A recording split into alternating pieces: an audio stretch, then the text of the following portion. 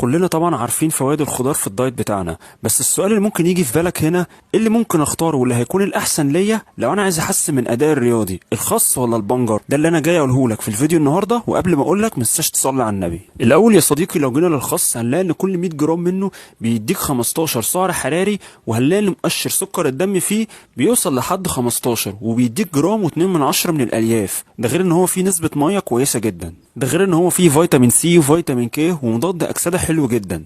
اما لو احنا جينا للبنجر هنلاقي ان كل 100 جرام منه بيديك 43 سعر حراري، وهنلاقي ان مؤشر سكر الدم فيه بيوصل لحد 61. ده غير ان هو فيه 2 جرام من الالياف. من الحاجات الحلوه جدا والمعروفه اللي فيه ان هو غني جدا بالنيتريك اوكسيد، واللي بيوسع معاك من الاوعيه الدمويه، فهتلاقي ان ادائك الرياضي بيعلى. على الرغم ان الاتنين اختيارات ممتازه جدا في الدايت وصعب ان احنا نختار ما بينهم، وده علشان هما فيهم فيتامين سي ومعدن البوتاسيوم، الا ان الاختيار الاحسن هيكون للبنجر.